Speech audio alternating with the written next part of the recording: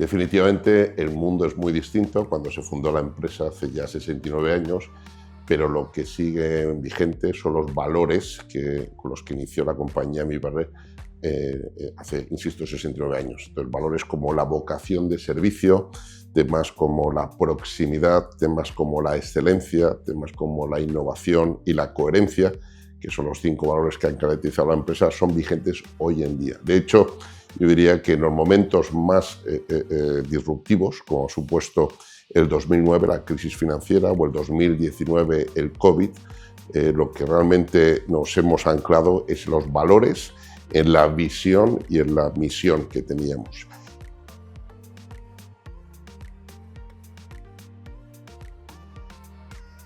Creo que el mero hecho de ser una compañía familiar ha ayudado mucho a tener una visión largoplacista, porque al final es un compromiso de una familia, es el compromiso de una familia también de más de 50.000 empleados que conformamos Meliá para dejar un mundo mejor. Y esa visión largoplacista creo que es una gran ventaja competitiva, junto con cotizar en bolsa, porque ha supuesto profesionalizar la empresa, crear unos órganos de gobierno muy sólidos, tener un consejo de administración formado en su 50% de consejeros independientes, y creo que ese rigor, esa profesionalidad, el hacer bien las cosas y tener un gran gobierno corporativo junto con la visión largoplacista de empresa familiar, creo que es una de las grandes ventajas competitivas del grupo. También otra de las grandes ventajas que tiene esta compañía es su gran conocimiento del mundo vacacional. Nosotros somos la primera compañía hotelera en España, la segunda en Europa y la 17ª a nivel mundial.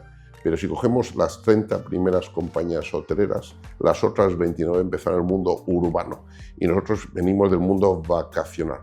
Y nuestro approach al mundo urbano es mediante lo que llamamos ocio urbano. Entonces, nuestro segmento y nuestra compañía tiene un leitmotiv que es crear experiencias, crear memorias. Y eso es realmente lo que sabemos hacer y nos hemos especializado. Además, yo diría que el tamaño de la compañía, teniendo pues 400 hoteles, es un tamaño que puede parecer grande, pero frente a nuestros rivales internacionales nos da un margen de maniobra, nos da una proximidad con las propiedades y con los empleados, que creo que es otra de las grandes ventajas competitivas.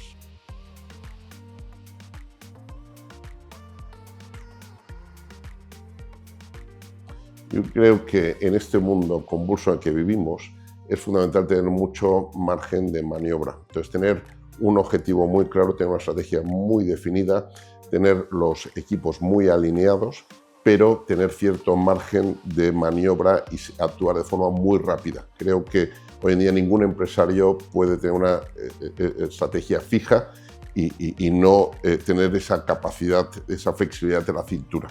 Y eso no solamente en el sector turístico, pasa en todos. Hemos ayudado mucho en la estrategia de la compañía el haber adoptado lo que llamamos el mapa de riesgo. Nosotros en la estrategia adaptamos cada año el mapa de riesgo y vemos dónde están las tendencias, y eso nos ayuda mucho, de alguna forma, a moldar los pasos que damos a todos estos vaivenes geopolíticos, económicos, sociales, etc.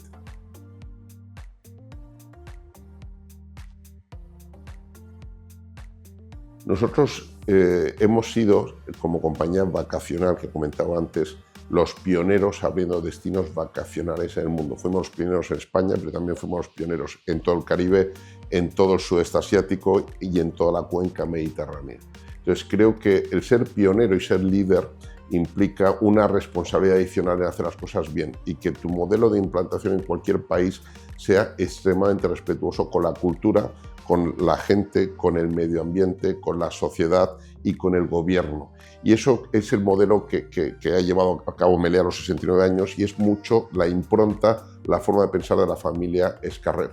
Yo siempre digo que no podemos ser sostenibles si, primero, no damos una buena cuenta de resultados, porque sin beneficios no hay sostenibilidad, pero segundo, sin contar con los 3 aspectos fundamentales, que es los aspectos sociales. Tenemos que ser buenos empleadores, tenemos que ayudar a las comunidades donde estamos presentes, el medio ambiente, donde realmente tiene que ser una clara, sea palpable desde el primer momento que entras en el hotel y en la colaboración público-privada. Nosotros, nuestro desarrollo, sobre todo, tiene que ver muchas veces en mercados del tercer mundo, tiene que ser modélico y tiene que ir acompañado del compromiso de la administración pública para el desarrollo económico y social de su comunidad.